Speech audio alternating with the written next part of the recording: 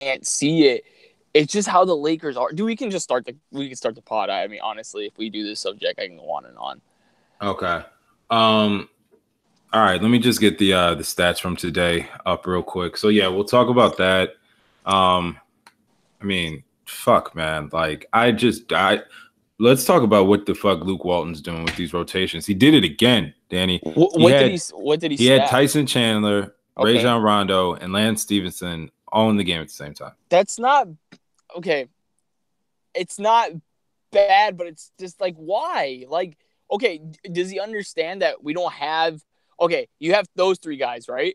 Yeah. So it's kind of like a defensive lineup in a way, and Stevenson can handle the ball, but he's going to do something stupid with it.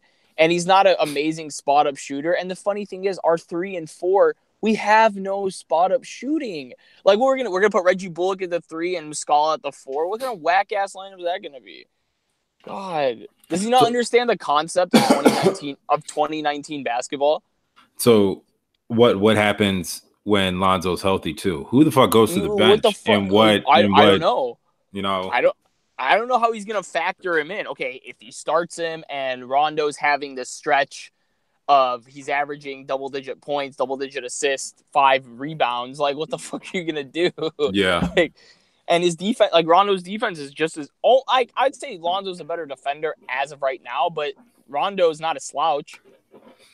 No, I mean, but Rondo is also one of the guys where he picks and chooses when he wants to be engaged on the defensive end. I think he's always mentally engaged, but I think he's allowing himself physically to not be as engaged. Aging Rondo, good players, their mind is the last thing to go. Yeah, and Rondo understands. Like, dude, I have to. It's like I said, it's 2019 basketball. You got to conserve more of your energy on the offensive side now. If an average team nowadays is putting up 115 plus, you can't just rely on clamping people. You have to put up points. You got to make plays. You got to. Rondo played 30 minutes tonight. That's crazy. Wow, that's like a lot. Rondo played 30 and Josh Hart played 29. Well, they both played 29, but that's sick. Mo got 7 minutes. Why? Alex Caruso got 1 minute. Why? I don't know, man. I don't know. So I'm. Can we? Oh my god! Yeah, let's start it off. We'll make it a little bit raw of just like initial reaction to the show. So let's kick it off. Go ahead, bro. Hey guys, welcome to the Late Night Lake Show podcast. It is your hosts RJ and Danny. Danny, what's happening, man? How are we? Everything's looking good until the end of tonight's game. But overall, a great Saturday, and hoping and praying we don't miss the playoffs like every day. Well, I mean, at this point in time, every number that is bettable. At this point in time, Vegas says that the Lakers aren't going to make the playoffs. And after tonight's performance, I kind of don't want to bet against Vegas. Put our fanhood aside, the Lakers do not look like a team that consistently string it together and fight to make it to the playoffs. It's just, I don't know if it was the trade deadline and all that saga, but maybe the Lakers just, unless everyone was at full strength, it was just too much to fight through. LeBron almost had a slight injury tonight. He was down for a little bit of time. And while he was down, I'm just thinking to myself, man, I'm like, what is this team without LeBron? Like, the Lakers will probably be like 13th in the West. And haven't we been 13th in the West? Like, how many times in the last 5-6 years? I mean, this thing seems like one thin thread that its name is LeBron James. And if that thread is cut, we're really fucked up as far as not only now, but in the future. I'm rambling. I'm sorry. We're going to get into you're we're going to get into that. I understand your frustration. I'm equally as frustrated in so many different departments. I don't even know where to start. I don't even know where to end. This is like a roller coaster ride that's not going anywhere nice. It's just like a train wreck, and I don't know how we're gonna fix it. We can say, it's gonna be on LeBron's shoulders. We can say, oh, he's gonna, rally us, and the Lakers have been here before. In 2012-13, we were the same record, and this and that and metrics and yeah, God, I don't even know where to start, man. It's I don't just it know. looks So messy. It's sloppy. It's just not. It's not good. It's like the Lakers look like if you were going to like a fast food restaurant and you saw the picture of a food and you're like, wow, that looks pretty good, right? Hey, I'll order that. You get it and it tastes terrible. That's what I expect. That's what I look at when I see the Lakers. yeah, they're slowly but surely moving into the category of just unnecessary pain. Mediocrity. Yeah, like the Lakers are a team that, honestly, that's the perfect way to put it, Danny. The Lakers are a mediocre team right now. Mediocre. Their record is 1 game under 500. Since LeBron went down on Christmas, the entire trajectory of the season kind of fell off a cliff. The final score to that Pelicans game is 128-115. So, and not to mention, this is without Anthony Davis playing. I promise you, Danny, there were 2 players that started for New Orleans tonight. They could have been working at Woodfield Mall, and you couldn't have told me any different. Like, I didn't even recognize these guys, and they were fucking lighting them up. Jahlil Okafor is babying JaVale McGee. I'm sorry. What the hell? I know Jalil's a big dude, but McGee has a decent amount of height on him. And I mean, JaVale was just, Okafor was just babying him. It wasn't any better when Tyson got in the game. Tyson is honestly a shell of himself. And I wouldn't be surprised if he only has like 1 more year after this before he hangs it up. But it's just bad omen all around when LeBron plays 40 minutes and the Lakers still were down double digits from the second half forward. Like the Lakers might have gotten it to 9 for maybe a split second in the game. If they did, I missed it. I know they got it as close as to 11 at one point, but it was just one of those situations. You're watching the game going back and forth. You're like, oh, yeah, the Lakers aren't playing defense, and the Pelicans are making a lot of threes. Lakers aren't good at making a lot of threes right now. So eventually when the Lakers cool off and the Pelicans continue to do what they're doing, this is going to get bad. And sure enough, it got bad when the all bench unit came in. That's Luke's personal suicide squad. He just likes throwing Stevenson, Chandler, Rondo, and KCP in the game together. What purpose does that serve? It kind of makes me laugh, man. It's just like it's funny. It's like you have Rondo, okay, primary ball handler, controls the offense. Great.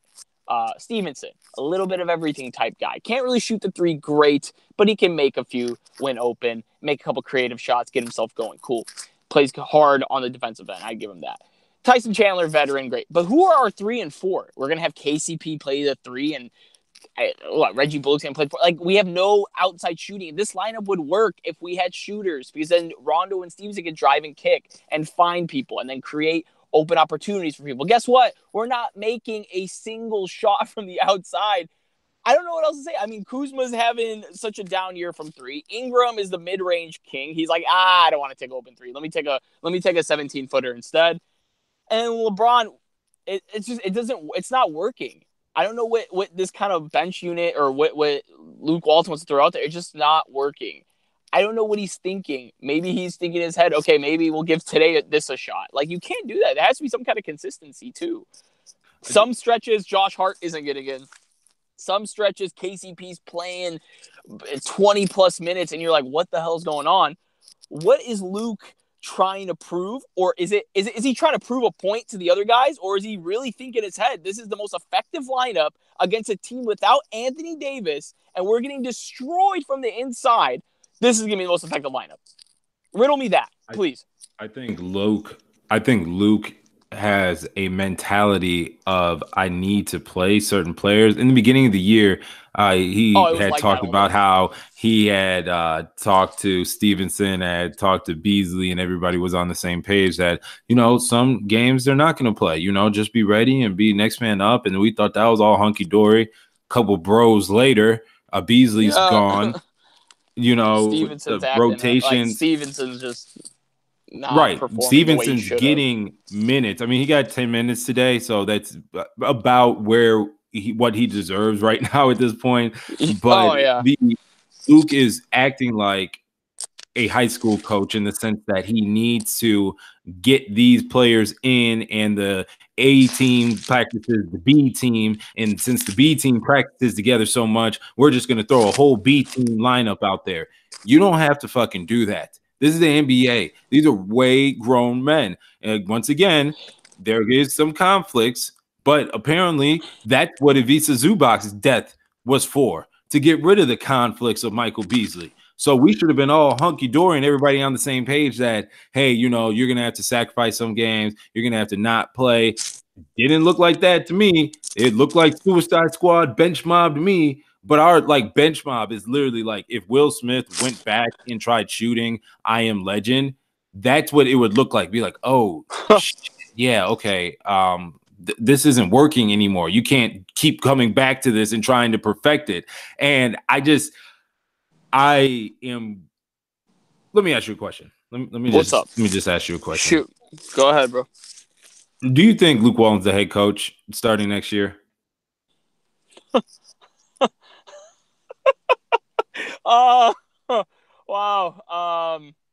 Like I said before in the past, I like Luke Walton, but this wasn't truthfully, I'll be real with you. I think Luke Walton is best suited right now as an assistant coach, to be real. And I think he literally got the job based off what he did with the Warriors team, and Jeannie Buss and the Buss family thought, hey, he used to play for us. He can make this happen too. But he's an assistant coach right now at best, the way his mentality is and the way he's playing guys. It's not that he will – I can't say is he going to lose a job, but I'll tell you this. He is on the thinnest amount of ice you can imagine. That was kind of a long way of saying no, Danny. I'm not going to lie. I don't think you think Walton's going to be the head coach next year. Especially, you know who we have on our team, right? CEO LeBron? You know what happened to Planet LeBron? You know what happened to David Blatt, right? Yes, I do. Yeah. Luke might be next in line for that. Okay, Luke Walton fired at the end of the year. All right, glad we got that out the way. Now, at least a week after the end of the year, I'll give him that. No, right. We'll give him the weekend, give him some time. Go play some beach volleyball with Geeter, and then they could all just hang out, right? Sure. If that's the case, what are we looking at going forward? Don't answer that. Let's take a quick break. Okay. All right. Yeah, right. All right, guys. Welcome back to the late night. Oh, my bad. I'll start it over. I'm sorry. I was gonna say, do you want me to? You want to go into? Yeah, I'll just say. Are you talking about California team future, or what are we doing? No, I'm about to talk about going into the future, right? Like, if Luke Walton's fired, what is the landscape out there? Yeah, and then follow that up with who's the second best team in California future-wise. Right. Yeah, exactly. Okay. Go ahead. All right, guys, we are back. I was just about to ask Danny a pretty deep. We're going to get deep right now. We're going to buckle up. Oof. We're just going to explore the land of possibilities, Ricky, right? I mean, today's got me in today's Lakers game got us in our feelings, and it's showing right now. Go ahead. I don't usually pull out the crystal ball. I do it in certain situations, but this is a crystal ball night. So I need you, Danny, to look into this crystal ball that I have right here, and I'll try my best. Tell me who is the head coach of the Lakers next year, and who is the second best player on that team. Oh God! Next year, right? We talking 1920, right? Oh shit. Head coach of the Lakers next year if Luke's gone. It's got to be a guy who LeBron likes. It has to be someone who's kind of a veteran, because against young coaches are the thing right now. Head coach. Man, honestly, oh man, that's who's some candidates. who are some of the candidates out there? That's what, like PJ. Like it wouldn't even be like someone like PJ Carlesimo, for God's sakes. No, I love PJ. Don't get me wrong. I met the guy, great guy, but I would not want him as my head coach. I think that right there is the answer in itself. But we are facing a little bit of an issue because the pool isn't very large. Yeah, it's so shallow. It's a shallow pool. Right. And I'll tell you this, as amazing as an organization and a brand the Lakers are, why is the Lakers not the hottest job in the league as an opening? If you were like a coach and you're like online on Indeed or LinkedIn and you saw head coaching available for the Los Angeles Lakers, wouldn't you click that right away? Like, it's just these past few seasons, the Lakers' job as a head coach is not the most attractive job in the NBA. Well, I mean, you fire front office, right? You have a lot of ownership turmoil within the Buss family. You also bring in, while granted one of the top 5 best players ever to play the game, but you would have the responsibility of walking up to the guillotine and not knowing when that thing's about to drop on you unless you bring championships. Oh, yeah, guess what? You're in Los Angeles, too. So now you have to win or anything else is a failure. You want to know why I don't think people are lining up in the unemployment line outside of Staples Center for Luke's job? I think people prefer to be comfortable where they're at as far as head coaches. I can't see people leaving right now. What is so attractive about the Lakers as far as getting a reputable coach away from their team and going to join this Lake show, this version of the Lake show? It's crazy. Like imagine trying to pull someone from the biggest universities, right?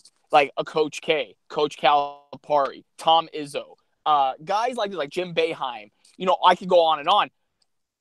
Like, those guys have so much power and they're so well respected in the organization. They wouldn't move for a single set from the NBA. If the NBA was matching their contract of what they're getting paid, because college coaches get paid a ton. If an NBA organization matched, I don't even think they would leave, because it's like that whole Nick Saban effect. You play because Nick Saban is your head coach, right?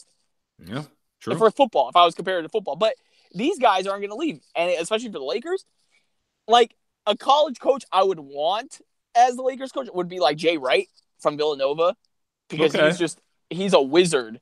And no doubt. he's such a player's coach in a way where they respect him so much and they'll listen to him and they'll get him so well, like so organized. You see the way they play.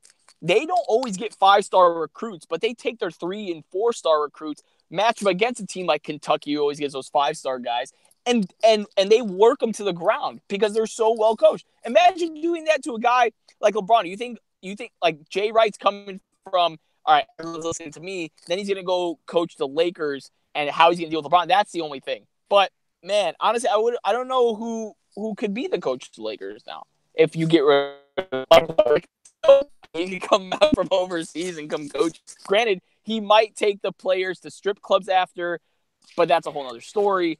I don't know who can be. Yeah, and I also don't think Jim Boeheim is going to be too high on a lot of lists right now after the news that happened today. Obviously, but we'll have that's a separate thing completely, right? But going back to the original point with this, right? I am losing confidence in the future in the sense that Paul George is balling down in OKC. MVP. We put, as Laker fans, the full court press on bro. And the fact that, the agent and the Lakers front office weren't seeing eye to eye, the fact that say what you want, that they didn't trade the number 2 pick, which turned out to be Lonzo, or Brandon Ingram for Paul George. That didn't happen. It then for them to turn around and offer literally everyone for Anthony Davis. If we keeping it funky right now, Chief, Paul George is having a way better year than Anthony Davis. George is playing like a top 3 player in the league and in the world right now, the way he's playing. My So goodness.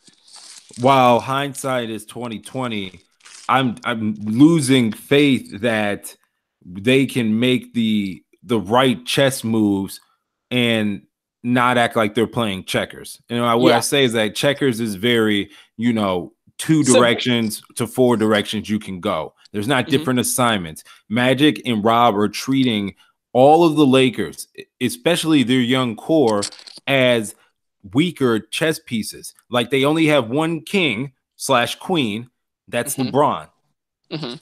They're treating Ingram, Lonzo, Hart, Kuzma, RIP Zubac as pawns and Bishops. yeah, no, not I kind of like bishops. Bishops, they could do some funky stuff. Or Yeah. castles. They treat them like pawns and castles. And then they have a bunch more pawns that they brought in on the veteran 1-year deals, which is Rondo, Stevenson, Beasley at the time, McGee. They are now valuating all of those pieces as the same by how they're treating them in putting them in trade packages, how they're treating them with not being on the same page as far as playing time. It's just not aligning up. And Yeah. I don't think I'm the only one that sees that. I think you No, see it, but I think yeah. more importantly, I think agents and other teams see it, other players see it. So where do you go from here? Dog, I hope you get ready for the Jason Kidd-led Los Angeles Lakers. Because I don't know. Man. I don't know, man. Like Another former player, huh? Might as well just bring Derek Fisher, right? No, but seriously, you're right. Like D-Fish would right. probably come out and say something along the lines of, "Oh yeah, I would be interested in coaching the Lakers," and then Blogger Nation goes and aggregates it all over the world that now Derek Fisher is linked to the Lakers as a coaching candidate. While that may have never had truth to it, that also is public news now. We all know about what happens when you take news that might not be real. People run with it anyway. And that just starts to bring down further the perception of how seriously you could take this front office. Info's getting leaked out that they don't want leaked out. They are making the wrong moves when it's time to make the big moves. They got LeBron. That they landed the great white shark, but I honestly think that great white shark was coming ashore just as long as you didn't build a see-through wall. Yeah. You know what I'm saying? And, yeah, 100%. And I was going to say, back to your original question from all this, the second best player on the Lakers going into the next year, if it's not a big free agent, I don't know who it is. Is it going to be Kyle Kuzma? Is it going to be Brandon Ingram if he's not torn to shreds? Because we've been trying to get rid of him for so long. Lonzo Ball. We have Lonzo Ball, right? Yeah. I can't try. Lonzo is growing on me so much. Alonzo is growing on me so much, but the one thing that I cannot deny about bro, he's injury prone. That's no longer an opinion. It's a fact. It's fact. He can't stay healthy. We thought going from last year to this year, and we saw him put on the big ass shoulders he got some boulders on him. We're like, okay, Lonzo beefing up, going on a little muscle. Nice. Yeah, he's doing the sprained ankles. He's, it's always been leg stuff too. And NBA players, that's their livelihood, right? You are a John Wall type player, and you rely so much on your speed and your quickness. And then a devastating injury happens like that. Okay, you have to change your identity. Lonzo right now is a Swiss Army knife player, but that Swiss Army knife only can come out 70% of the time. How valuable is that Swiss Army knife, right? At that point, I don't know, because, again, if we don't land a big free agent, I don't know what's going to happen. And then, speaking of that, for future and free agency, look at it this way. The state of California, where I reside, has 4 basketball teams, correct? True. You got the Golden State Warriors, who are the world champs, and they're probably going to be another world champ. You got the Lakers, who have LeBron. Then you have some interesting teams. Clippers, still competing, even though they got rid of Tobias Harris, and they have so many picks and assets, and they've cleared so much cap, and it looks amazing for their future. And then you have the Kings, who have the pieces in play for an amazing future. Ricky, what's going on with our future? Are we going to let's be real, because the Warriors are still going to be the best team in California. But who's going to be the second best team in California at this point? Look at this. Like if you think about it, we're not that much better than the Sacramento Kings or the Los Angeles Clippers right now. So what's going to happen going forward when free agents don't want to sign with us for some reason, LeBron's aging, and our young core members who we were so highly putting them on a pedestal, praising them, are performing not like the Mercedes AMG that we thought they would be, but they're performing maybe like a Nissan. I don't even know how to explain it. They're not going as they should. So what's your take on this right now? The second best team in California for the future. Yeah. So and going forward, and if you were to rank it too, go ahead. If just being a realist, right? So Golden State will be one probably for the next 5 to 6 years. If I had to bet that, I think even if they get rid of Clay or KD. Yeah, because that it's not like they're not going to use that money on someone, right? True. And if you told me that it was Steph and Clay and they kept Draymond around and someone became available, free agency or trade, like you lose Kevin Durant, but maybe Boogie resigns or something. Right. You are still heavily loaded. So I'd say Golden State pretty safely is number one. The only way Golden State wouldn't have been number one going forward is if Paul George would have signed with the Lakers, and then an Anthony Davis trade was executed. So it was LeBron, Paul George, and Anthony Davis. I think that was the ultimate plan, right? But could have been. That didn't happen, and so I think the door is closed on somebody from California interrupting the Warriors' run. So they're number one. Two. Going forward, I'm going to say the LA Clippers. From what I see and what I hear, I'm not sourced information. I'm on Twitter looking at y'all. I'm looking just like the rest of y'all. But from what I'm hearing on some, pretty, reputable people, their sources on, on podcasts and shit, that Kawhi is about, 50-50 between Toronto. No, he's not. All right. That Kawhi is pretty leaning towards going to the Clippers. I think if that happens, the currently constructed team right now might probably going to be in the playoffs, especially if the Lakers don't make it. The Clippers might still trade their best scorer at the time and make the playoffs. So that elevates them with Kawhi now on that roster. Then it's down to the Kings or the Lakers. Danny, you're closer to the Kings than I am as far as coverage and just, watching them. I know you were a big De'Aaron Fox fan from the jump. But I'm still going to say the Lakers for the sole purposes. I don't really like the Kings.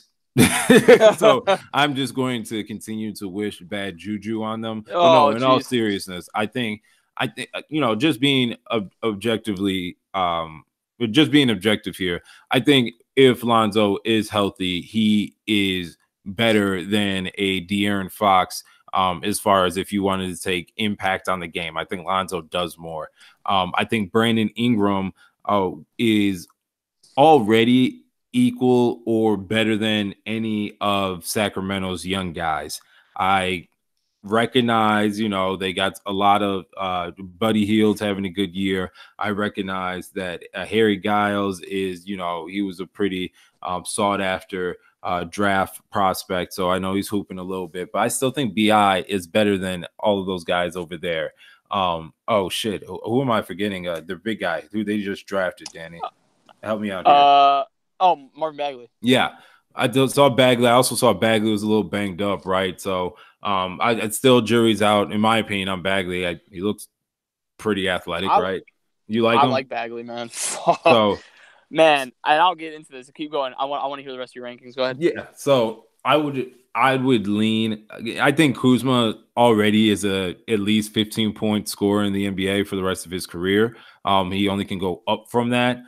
So I think Kuzma is also on the same playing field as, some of Sacramento's young core members. And I don't see them all sticking around Sacramento, for very long. I still have all the faith in the world that the Sacramento Kings will be the Sacramento Kings and find a way to make a really dumb decision and trade a good player trying to chase a star player.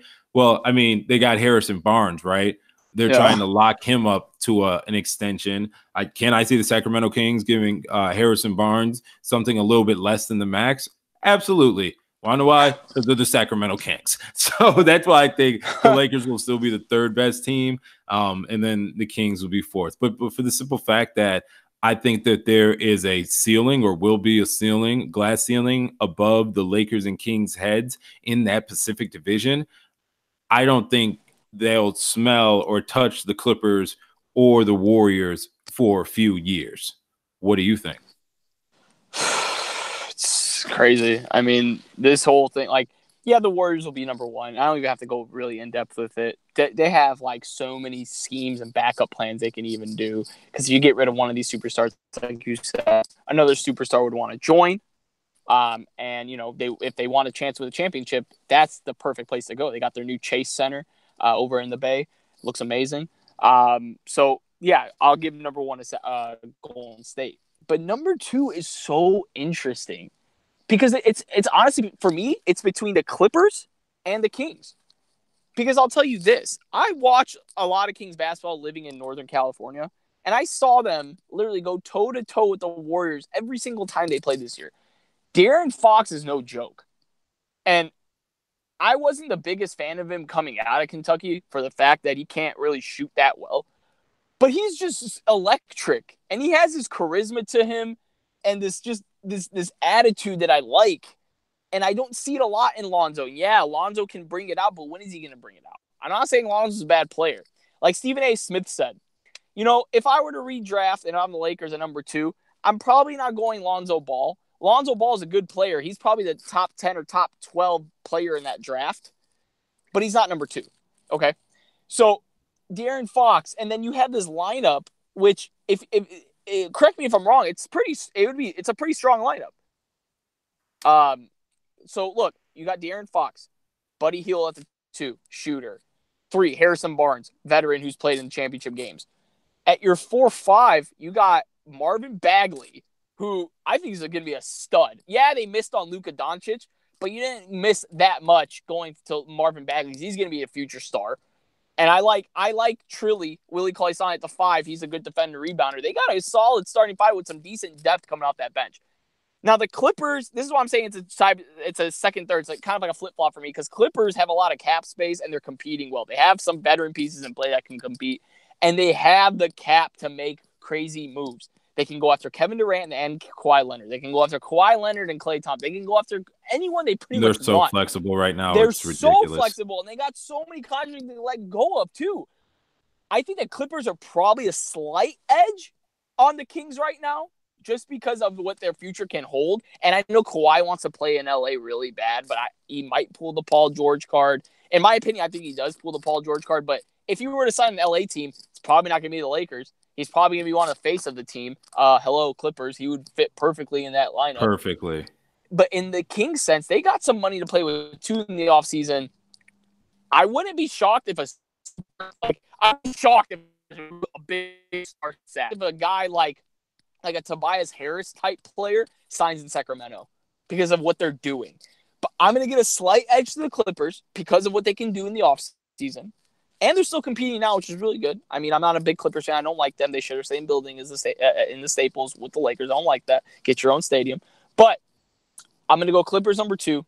Number 3, again, I'm going to go Sacramento. They have all the young pieces because guess what, Ricky? If we don't land someone in the offseason, whether it be a Kawhi, whether it be whoever it may be, if we don't land somebody in this offseason, we're going to be struggling. LeBron's not getting any younger, and He's playing amazing. He's playing phenomenal. Great. You're still the best player in the world, but you have – and what we're showing or seeing out of these young guys, that's what I'm saying. We're not performing like that Mercedes AMG we thought we had in the driveway.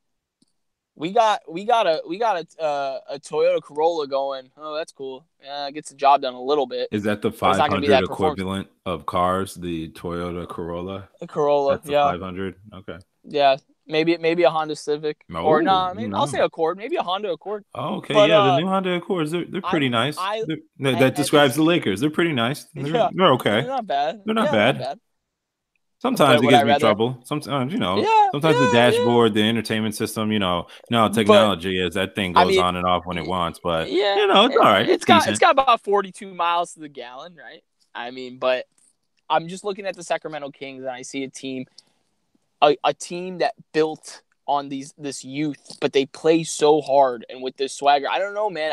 I've been infatuated by the Kings lately. The way they've been playing tough and competing, and I see the fire in this hunger out of these young guys that I don't see as much in our guys.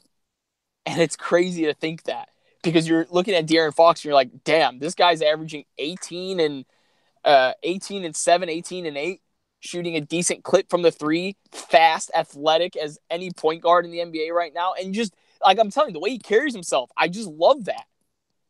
And I see it in the rest of the young guys. I mean, for God's sakes, Buddy Hield's taking these ballsy shots. I don't know if you saw that replay the other day. Taking these ballsy shots against the Warriors.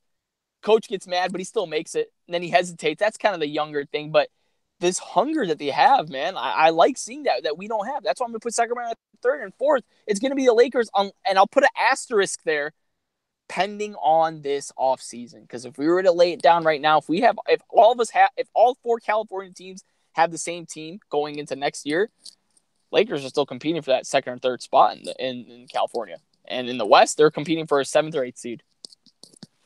So that's my spiel.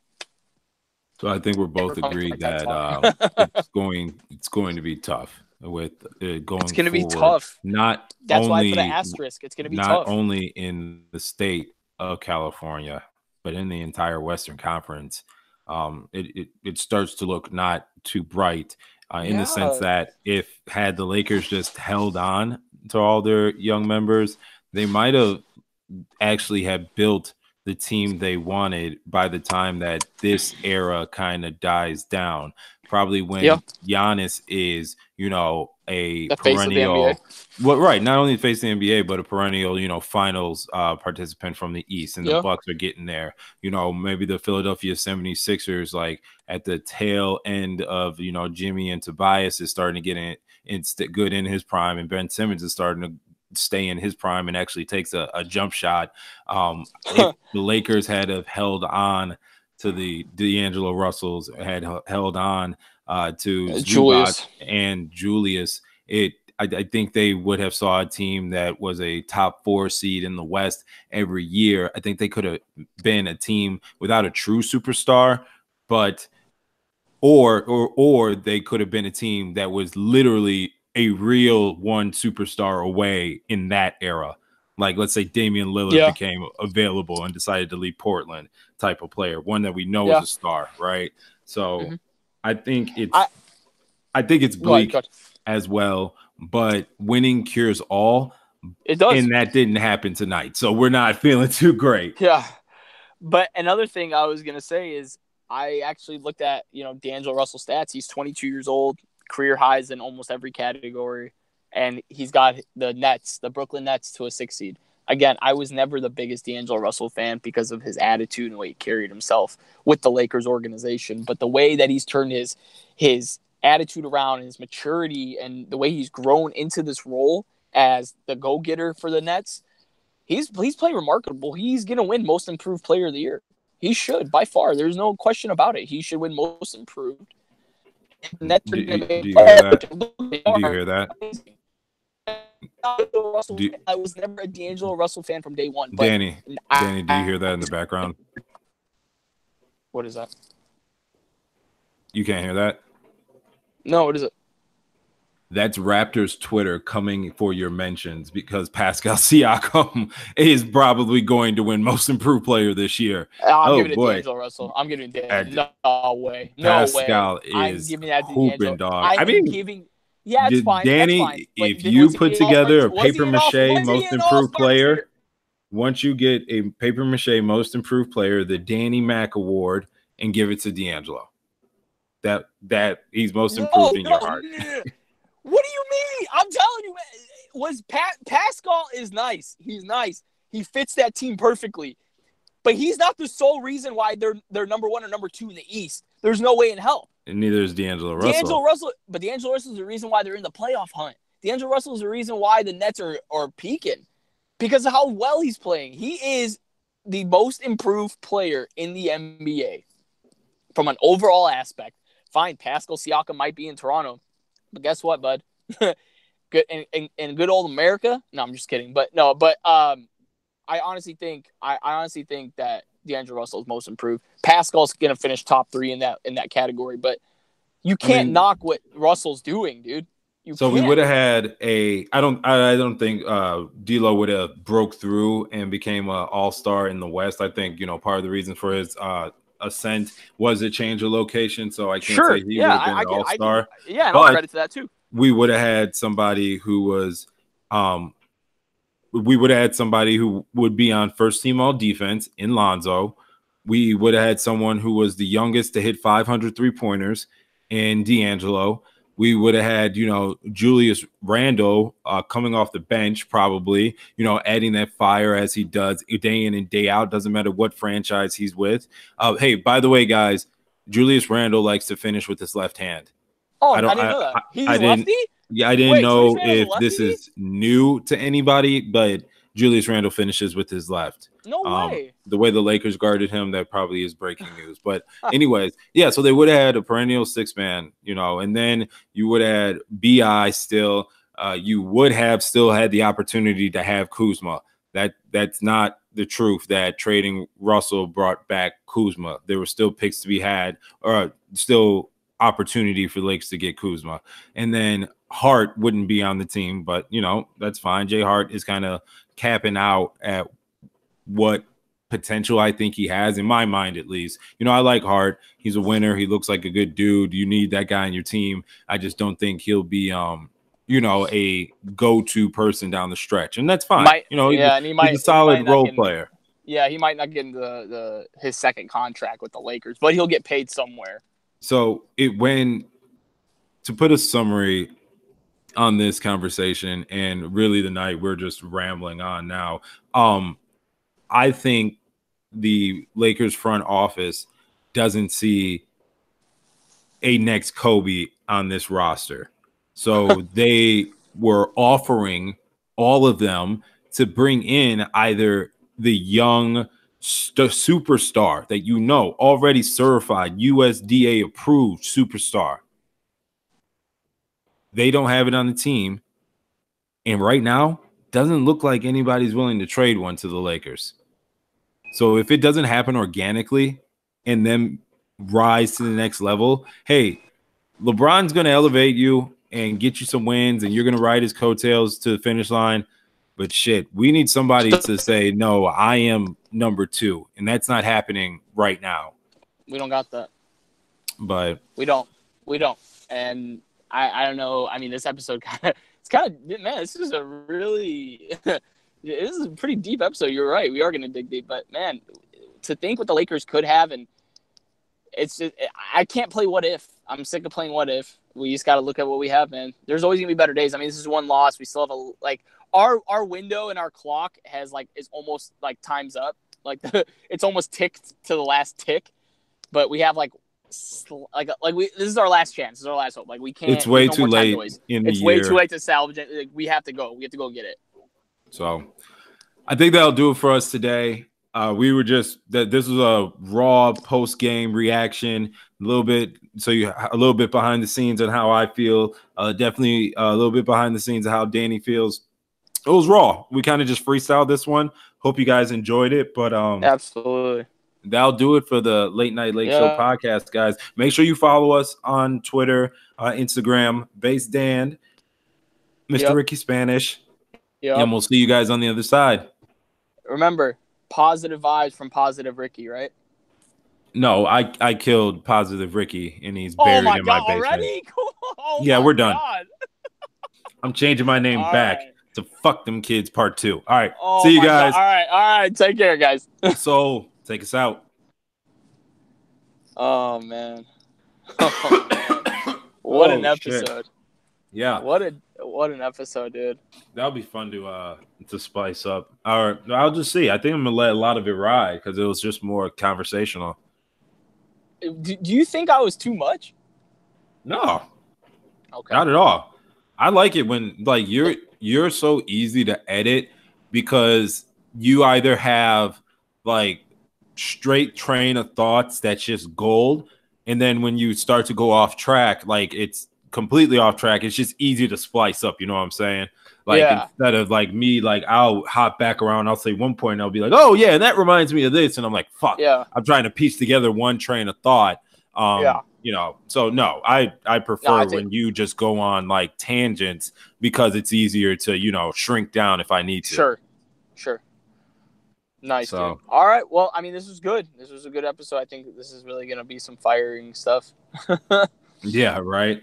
But yeah, cool. I hit your guy back. We had talked a little bit just through text. How'd it go? So good. You know, he was just saying how like super busy he is. He owns or he manages like these homes, like these subunit homes. Yeah. So busy guy. So I'm just, you know, responding back when he hits me back as quick as I can. But it sounds like he said I'm glad I introduced you. Yeah, he said you're legit, so he thinks I'm legit. So we're gonna get that going.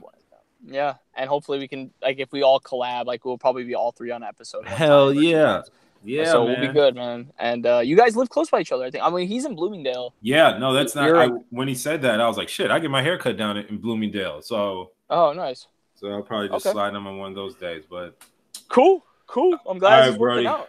All right, man. What's up? Yeah. Let me let you know this. This is so low key. Keep it between. I mean, I told some people really close to me. I feel like you should know. So the other day, I'm checking my email, right? Mm-hmm.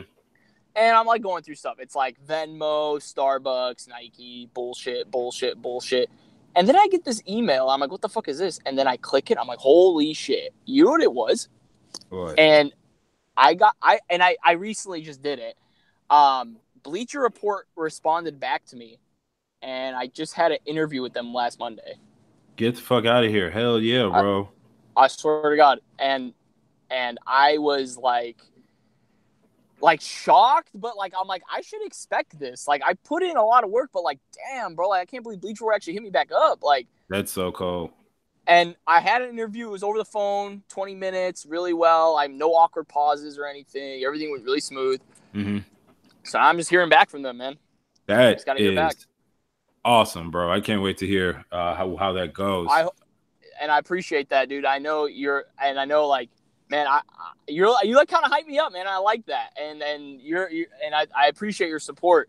So I just wanted to tell you, but like, I'm not trying to like count my chickens before anything. So hopefully it just goes through, you know. I definitely know what you mean there, man. I mean, there's been a few times that I felt like I passed the finish line and was getting my water and celebrating, ready to go to the club, and then I found out that the opportunities, the bag was fumbled. Slipped, so, right? Yeah. I got to secure the bag for anything, but the job's in San Francisco, and you know, I'll commute for a bit and then hopefully move out actually to the East Bay and then go from there. So I'm waiting. And, you know, I'll keep Tesla part-time and all that.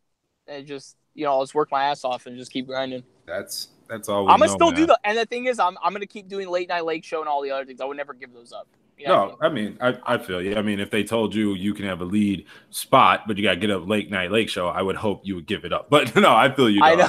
Yeah, I feel you. But I appreciate you, man. And I just wanted to let you know because, like, dude, this was so exciting. This was, like, amazing. Man, future is bright for us. I am hyped. All right. Let's go. I'm pumped, bro. I'm going to go back down. I think I have a party going on downstairs. Okay. So I'm going to go see what that's about. All right, Brody. My wife just walked in. Okay. Out of me. All right. I'll talk to you. Okay. All right, Brody. Peace.